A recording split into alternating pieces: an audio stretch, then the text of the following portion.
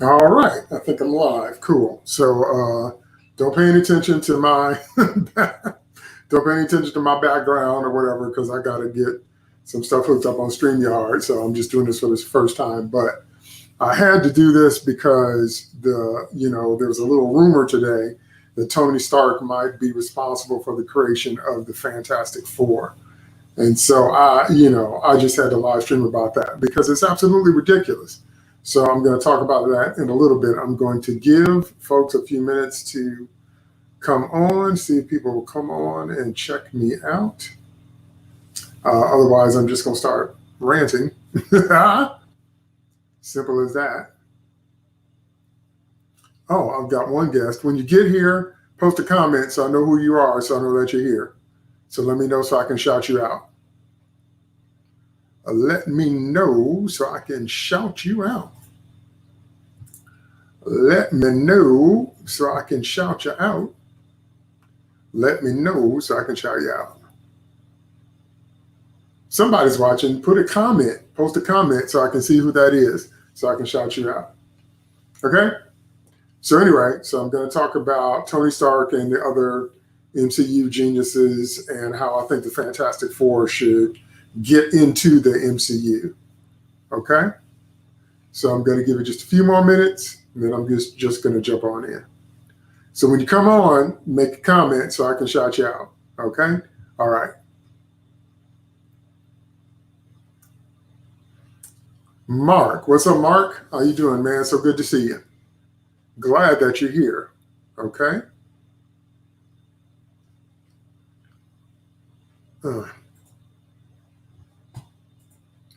All right. Looks like other people are slow on the draw, so I'm just going to get started. Okay, so first thing I want to say is what I said already. Don't worry about my background. I'm just starting out with this live stream stuff. I got to, get some more stuff together, so don't worry about that. Okay, I'm in a little corner of my basement, so don't worry about that. We're all good. Okay, so there's a rumor dropping that perhaps Tony Stark, sounds like it'll be a backwards edition like Mysterio waiting in the wings of that Stark presentation. That's right. So it sounds like there's going to be some retroactive, a whole bunch of retro magic going on. And somehow they're going to say that something that Tony has done since the beginning of the MCU, since 2008, inadvertently led to the creation of the Fantastic Four. And that'll be, some type of smoke and mirror trick for them to try to shoehorn that in. So I wanted to talk about the other geniuses in the MCU. So let's start out with Reed himself. Okay, Reed Richards he possesses a mastery, this is from Wiki, possesses a mastery of mechanical, aerospace, electrical engineering, chemistry, all levels of physics, human and alien biology. Okay, Peter Parker. Peter Parker is academically brilliant. He has expertise in the fields of applied science, chemistry, physics, biology, engineering, mathematics, and mechanics. Okay, Black Panther. Black Panther is a skilled hunter, tracker, strategist, politician, inventor, and scientist. He has a PhD in physics from Oxford University. I bet you didn't know that. He's proficient in physics and advanced technology and is also an inventor. Okay, Bruce Banner. Bruce Banner is a physicist who was trying to recreate the super soldier experiment and subjected himself to gamma radiation in the movies. In the comics, he was actually testing a gamma bomb. And Rick Jones was out there in the blast field, and Bruce went out there to save him and got caught in the bomb. That's actually the comic origin. And Hank Pym, the guy I'm talking about all the time, Hank Pym discovered the subatomic particles. He labels Pym particles. He builds a cybernetic helmet to talk to the ants, but then he's able to design unstable molecules just like Reed does, so he can shrink and grow and be Giant Man and Ant-Man and anything in between. And then he became Goliath and Yellow Jacket. And Hank Pym is the one that invented Ultron. Now, longtime comic people will know that. But Hank is the one that invented Ultron. So in the MCU, they have it so that Tony and Bruce actually are the ones that start on Ultron. And then Ultron actually has to fight Jarvis to break free and all that. But basically, it's Tony and Bruce combining what they know to create Ultron. And I'm like, they've completely cut out Hank Pym's contribution because, Ultron actually did create Vision by himself in the comics, but we don't get to see Jocasta and so many other, things. There's a whole Oedipal relationship going on there, and all that's cut out when you cut Hank Pym out. So I just wanted to say, first off, that Tony Stark is not the only genius in the MCU. Tony Stark is not the only genius in Marvel Comics, but people that only know him and them from the MCU will quite possibly think that he's the only one there, which is ridiculous. Absolutely ridiculous. And so they need to give Hank Pym his credit, and they need to utilize the genius of the other geniuses in the MCU. But as we know, what has Tony Stark gotten credit for? Again, he's got credit for Ultron, which was Hank Pym.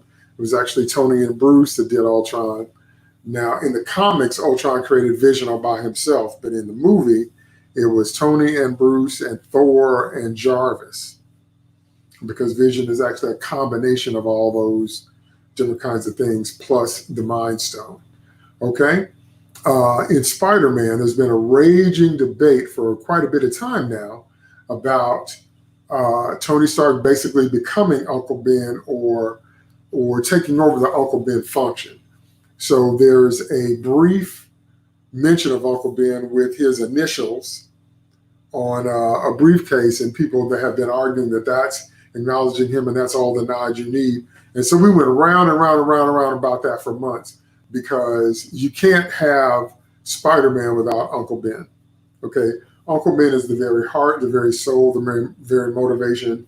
He's somewhat to Peter as the Kents are to Clark. Now, I know when Superman first started, the Kents weren't even really a thing.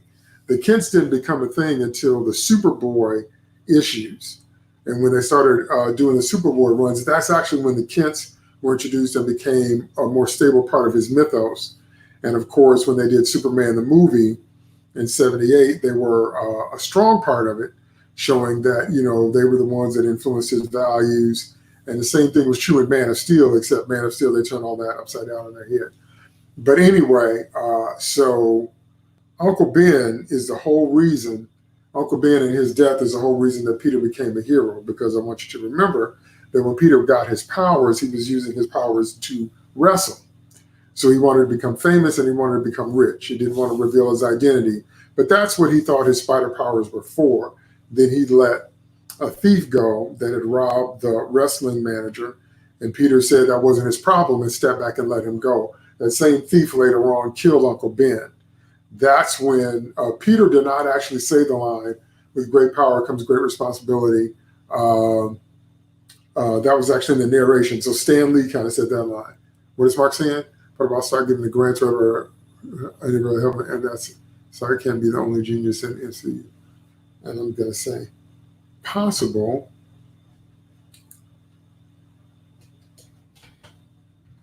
Possible, but what about the age difference?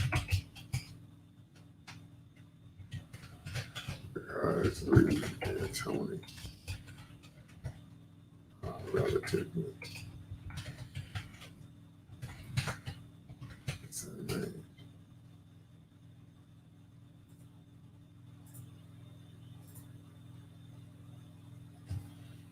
That's right. So Mark said, what about Stark giving grants wherever University Richards is working at, helping the FF start? Yeah, but Reed and Tony are supposed to be relatively the same age. So does that put Reed, is Reed going to be super younger than Tony now? Like 20 years younger, maybe 25 years younger? So we'll get to that in a minute, because I do want to talk about how to bring the FF into the MCU. Good point, though. Okay, so Stark got credit for Stark Tower, which became Avengers Tower. Stark also got credit for being the only name or the biggest name or the most progressive name in clean energy at his time. So he's apparently a leader in that. And remember that Stark is the one that invented time travel. Hold on, let me check my Twitter to be sure everybody can see.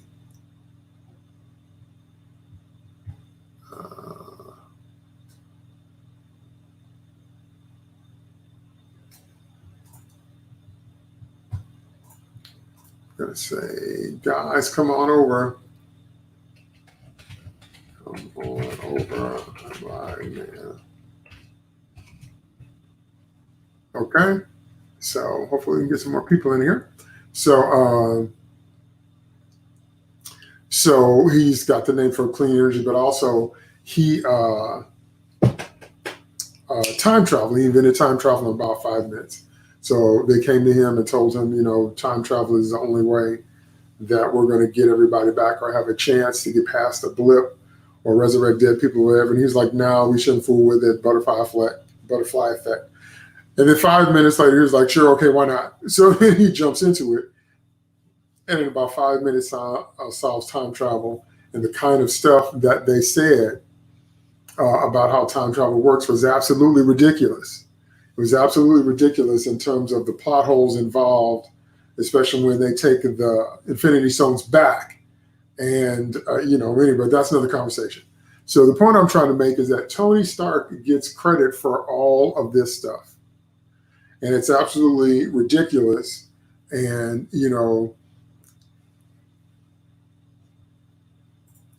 Richards could be a professor asking for additional funds for experiments, and Tony's grant came in at the right time. And I'm going to say true, but that's the opening of the Alba and Evans Fantastic Four. Reed is a genius, but broke, and he's groveling before Victor. Couldn't stand that.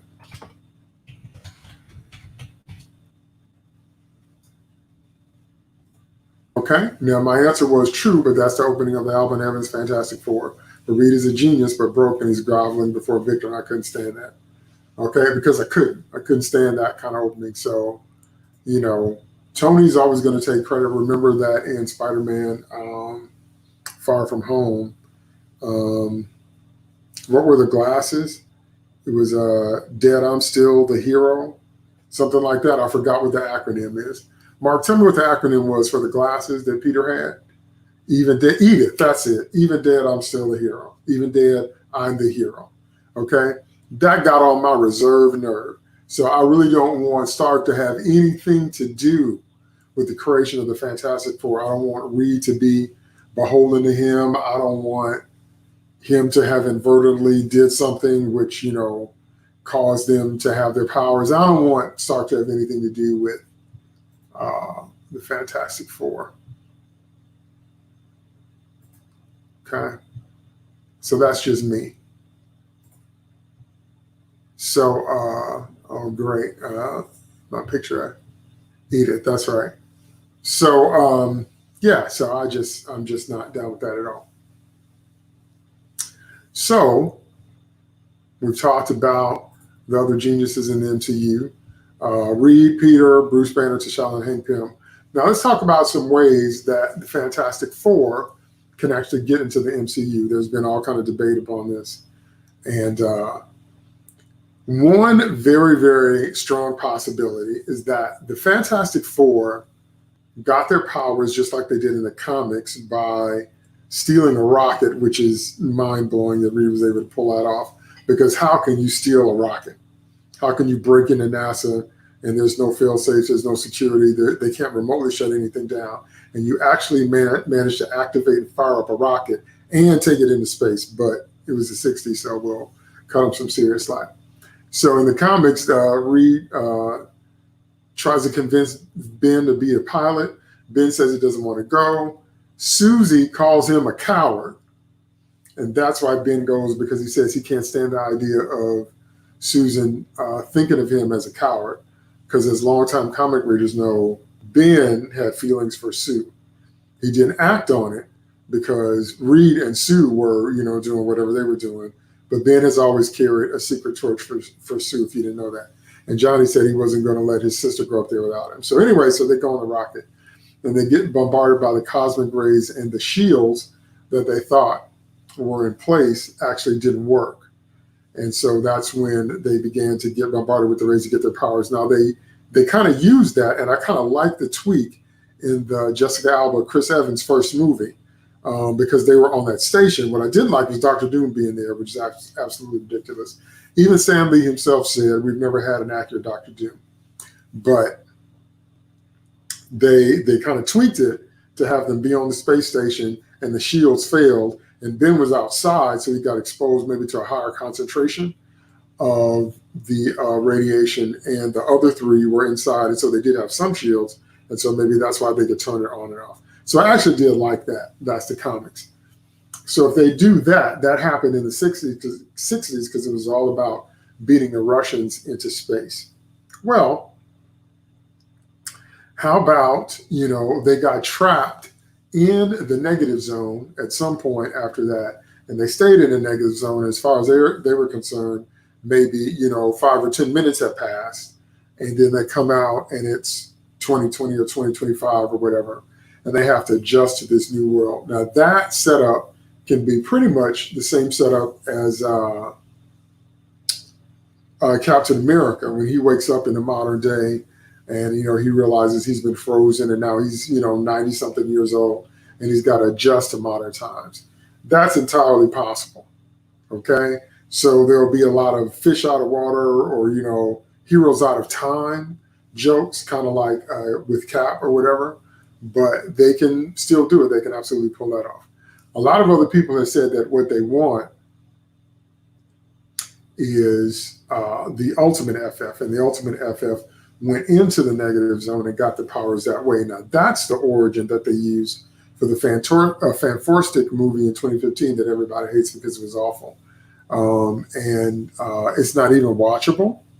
So, but that was the origin that they used. So if you've seen that movie, that's where they got, or that they used the ultimate FF.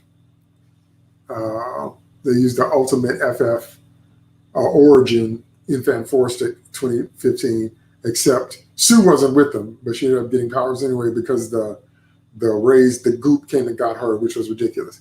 Okay, Mark says, what if the FF are astronauts working in the International Space Station when the rays hit? Okay. And I'm going to say, I think that's not a good idea. I want lots of in-story logic. Okay. And I said, I think that's a good idea. I want lots of in-story logic. Okay. So if there is a setup where there's an International Space Station and there is a string, a cosmic string, what's really funny is if you look at the cosmic rays in the comics, they look a certain way. They look like hard rain. And then in the movie, it kind of reminds me more of the Nexus from Star Trek Generations. And I like either look. I think either look works. But I like the idea that the cosmic rays are somewhat other dimensional, that there's another level of element to them. Now, John Byrne took that story and kind of ran with it during his FF run and talked about how the cosmic rays were actually a signal from a more advanced race. So that was okay. That puts a different spin on it. But I like the idea that the FF get powers based on their personality. So whatever dominant personality trait they have, or, was in ascendance, if you will, at that time, that's why they got those powers. So I think that's awesome. But yeah, I don't want Tony Stark to have anything to do with it. But that can happen during the MCU. Now, if they're the right age or they're just starting out, whatever, that's going to put them out of sync with the rest of the MCU. But I do like the idea of Reed already being a genius, Reed already doing his work, Reed already having assembled his team, but something unexpected happens.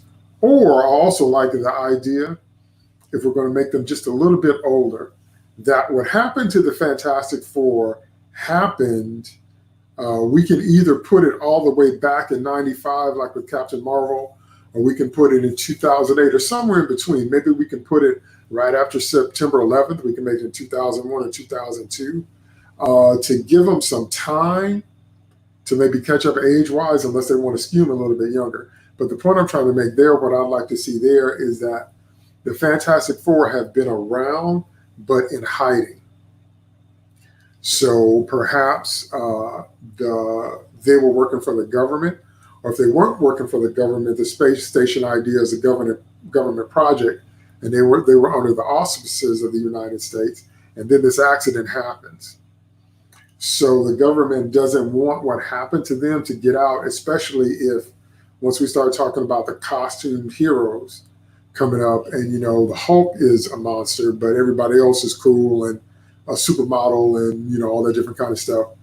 So what if, because they thought the FF were just really freaks, that the FF have been around in the MCU but in hiding all this time? Or what if they've been in training all this time? And that's completely logical in terms of in story. And you can put the FF in their 30s. If you made them the proper age, I think they were in their 30s when they went up, but now in the comics, they're easily in their 50s, but we got that comic book aging thing where everything slows down. But easily we can put them in their 30s if we make the accident happen sometime while the MCU, as we know it, was getting ramped up, and they've been in hiding and they've been in training all this time. Then we can bring them forth on the scene. And maybe they, because remember, in the second movie, in Rise of the Silver Surfer, they were captured by the military. And maybe we can make it to where they were supposed to do some work for the military, or they were pledged, to the military or whatever, and then they break free. So there's a lot of story possibilities there. So I think that that's a great and easy way to get them into the MCU. Okay. All right. Still seeing my folks on Twitter. Okay, so I'm going to go back on Twitter in a minute so I can answer all these questions, because I got a bunch of tweets coming at me. Okay, so that's my rant about Tony Stark and about the other geniuses and about the Fantastic Four getting into the MCU. So, there's definitely some storytelling potential there, and definitely some good ideas there, but we'll see. Okay. All right. Thanks, Mark, for showing up. Thanks to my guest, Mark. And next time, I hope I have some more people stop by. I know I kind of did it last minute, but I just had to rant because I'm like, the more I thought about it, I'm like, I'm not going to, there's going to be a million tweets, and I'm like, I just need to talk about this and get this out. So you guys let me know. Would it be cheesy to use the Thanos snap as the impetus? That's a very good question. I'm going to say that's a very good question. But how would the blip create the cosmic forces? And why would it just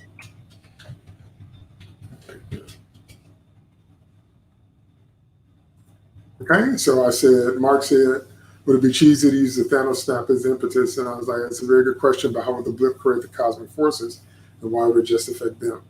I don't necessarily think that it would be cheesy per se. It might be a little convenient, just a little convenient that, Thanos does his snap and all of a sudden later we have the Fantastic Four, but how? Okay, so if we're going with the cosmic ray origin, and they still have cosmic rays as their power source, and they have the altered DNA from those rays, then how does Thanos' snap do that? Does it, snap the four of them into a dimension, or is there a cosmic shower?